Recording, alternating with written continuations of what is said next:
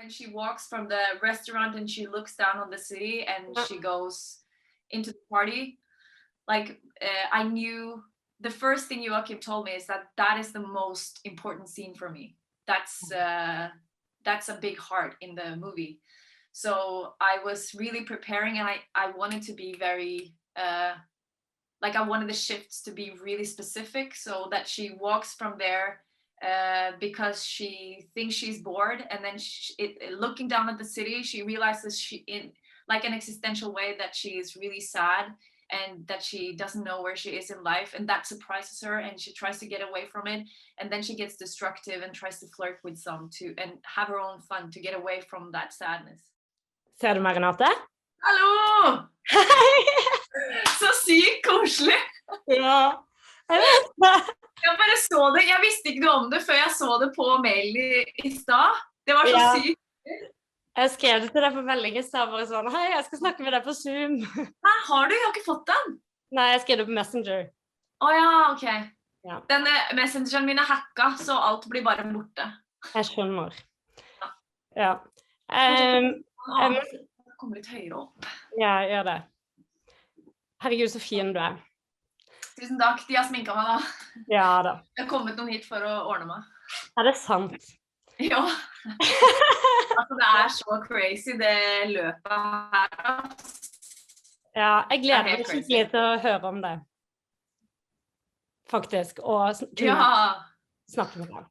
Men, ok, vi må sikkert snakke engelsk da. Jeg skulle si sånn hvem jeg er og sånn først. Så jeg gjør det. Vi har faktisk, det er ingen andre her, det er bare oss to. Ja, jeg tror de er på mute. Jeg kan jo høre. Kanskje jeg bare skal spørre det.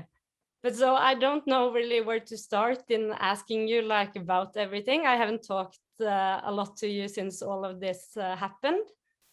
Yeah.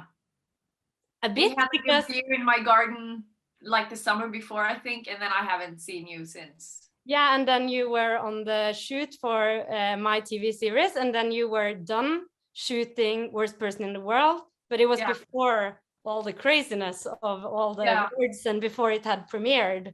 Yeah. So it was I got to see you a bit in that period in between. Yeah. But how do you feel? Do you want a Norwegian answer, or do you want the like if you can give me the Norwegian answer, I'll take it. But I'm so happy and so euphoric all the time, because it's like living a dream, and I never ever thought that anything like this would happen, and I'm even almost exhausted from being so happy all the time and getting so many great news. Like I feel every single day we get something like really great happening to the movie, and people responding, like Paul Thomas Anderson, he in a Q&A, I started crying. He said like, when you do the scene, it's the best acting in the world.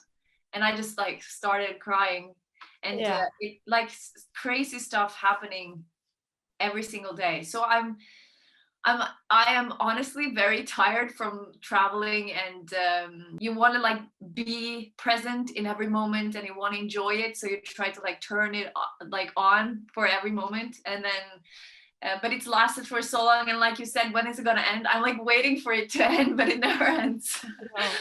You probably talked a bit about it before, but the script of The Worst Person in the World, like compared to the finished movie, since it's such a kind of it is the first or the second film that Joachim does with a female lead, and it's a lot of very like female observations or kind of thoughts. Yeah. Does that all come from like the script when you first read it, or is some of it like your observations, or kind of did you bring a lot into kind of the script? Yeah, I feel like Joachim was really humble, and he was very, scared when I read it the first time, because I think for them, they were not writing a female character. They started writing a person, and then a part of her identity is being a woman, and they have, a lot of curiosity and empathy with the people that they meet and that they know. So I think they had written some scenes where a girl doesn't feel that she's heard or that she has as much value in a conversation in that cabin scene, and that like nuances like that was there. And I felt that I needed to add something because I was scared that she would seem a bit passive, maybe from the script, and and maybe it was a bit romanticized that Axel was defining Julie, and that it was kind of a romantic gesture that he was telling her who she was, and that I felt was very problematic. So that's that argue and the breakup scene. A lot of that is not everything, of course, but I had some key lines that I improvised about her. It should be a strong place to be, to just be in chaos and just feel and be in that space too, and not knowing what to say all the time and analyzing everything all the time. Yeah. So that was my perspective, but I feel it was building on top of something that was good, that was already there. So it was just, they really let me into the process and really wanted my opinions, and he also chose to use that in the final cut. So it really felt like we were cooperating on making that character. It seems like you guys bring your own experiences kind of into it to make that possible, to make something so relatable. We just had like a lot of very funny conversations about, you know, the situation where you want to cheat but you can't do it, so you see where the limits go. And we also had very deep conversations, existential conversations about loss, like the loss of the image of yourself, the thing you thought you would be and you aren't, and the loss of the other person.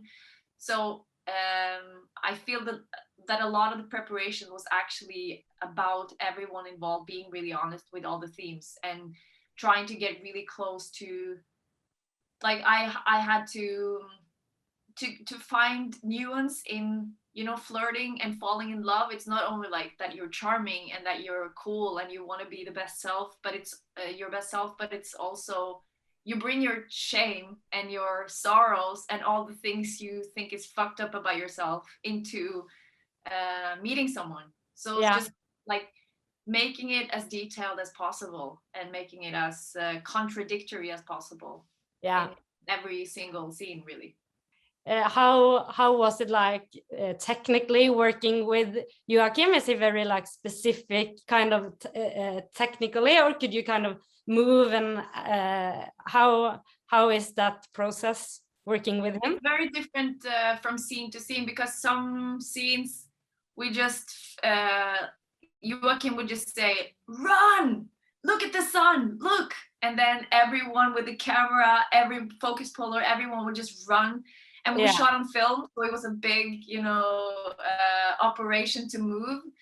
But we would run down and Joachim would just scream, "Walk, Renata, walk!" And then we would just do it. And then sometimes some things we did very technical, and we knew where we needed to go and wanted to go. But he always does a jazz take after we nail it. He says, "Do whatever you want," and we can be free and do whatever we want. And it does seem very much like that. It doesn't seem very strict at all. It seems really free when you watch it, I guess. So Joachim really loves to harvest, like make a lot of preparation, and it's a really solid script, and it's a really, like, he knows what he wants, and he knows he's very specific about how he wants it to look and the themes of the movie.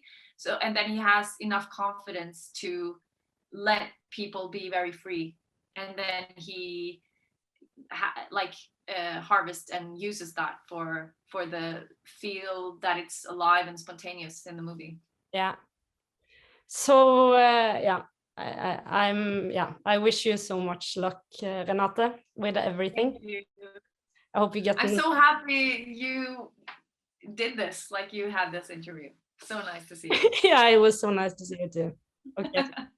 I'll see you soon Okay. when everything's over. Yeah. Bye.